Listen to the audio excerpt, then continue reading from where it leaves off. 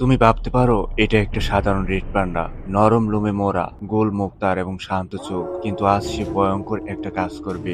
একদিন একটি গভীর গ্রামে একটি শিশু তার বাবা মায়ের হাত ছেড়ে পথ হারিয়ে ফেলে। সে হাঁটতে হাঁটতে চলে আসে এক অন্ধকার গুহার সামনে। হঠাৎ গুহা থেকে বেরিয়ে আসে এক বিশাল সাপ, যার চোখ লাল আগুনের মতো জ্বলছিল।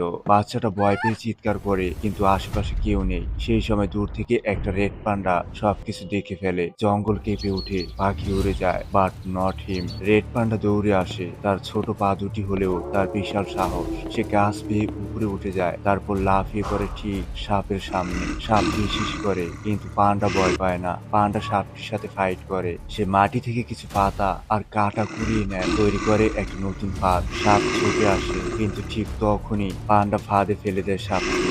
সাপ সেখানে জড়িয়ে পড়ে। ছোট পান্ডার বুদ্ধির কাছে সে হার মেনে নেয়, আর শিশুটি তখনও কাঁদছে। রেড পান্ডা তখন এগিয়ে গিয়ে নিজের পিঠে তাকে বসতে দেয়। এরপর রেড পান্ডা তাকে নিয়ে নদী পার হয়, পাহাড় পার হয় এবং বাচ্চাটিকে নিরাপদ গ্রামে নিয়ে আসে। বাবা মা কাঁদতে কাঁদতে তাকে জড়িয়ে ধরে, আর ছোট রেড পান্ডাও সে আবার ফিরে যায় জঙ্গলের দিকে, একবারও পিছনে না তাকিয়ে।